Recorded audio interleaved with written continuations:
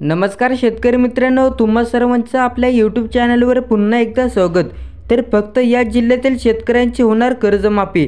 तर बघूया जी मित्रांनो, शेतकरी कर्जमाफीच्या संदर्भातील एक महत्त्वाची अपडेट जाणून घेण्याचा प्रयत्न करणार आहोत। राज्यामध्ये जुलै ऑगस्ट 2019 या कालावधीमध्ये झालेल्या अतिवृष्टी पूर परिस्थितीमुळे बाधित झालेल्या शेतकऱ्यांचे 2019 मध्ये शासन राज्याच्या माध्यमातून कर्जमाफी करण्यात आलेली होती। 2019 मध्ये पश्चिम महाराष्ट्राला मोठ्या प्रमाणात पुराचा तडाखा बसलेला होता आणि याच पूर परिस्थितीत आणि अतिवृष्टीमुळे बाधित झालेल्या शेतकऱ्यांची 2019 मध्ये घेतलेली कर्ज ही शासनाच्या माध्यमातून माफ करण्याचा निर्णय घेण्यात आलेला होता। आणि याच अनुषंगाने आपण यामागे सुद्धा पाहिलं होतं की राज्य शासनाच्या माध्यमातून वेळोवेळी यांच्यासाठी निधी वितरित करण्यासाठी मंजुरी देण्यात आलेली होती। हा निधी आल्यानंतर सुद्धा बरेचसे शेतकरी अद्याप देखील या कर्जमाफीच्या प्रतीक्षेत होते।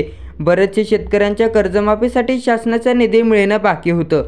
याच अनुषंगाने 28 फेब्रुवारी 2024 रोजी एक महत्त्वपूर्ण शासन निर्णय निर्गमित करून जुलै 2019 ते ऑगस्ट 2019 या कालावधीमध्ये अतिवृष्टी पूर परिस्थितीमुळे बाधित झालेल्या जिल्ह्यातील शेतकऱ्यांचे पीक कर्ज माफ करण्यासाठी हा नेहमी वितरित करण्यासाठी मंजुरी देण्यात आलेली आहे।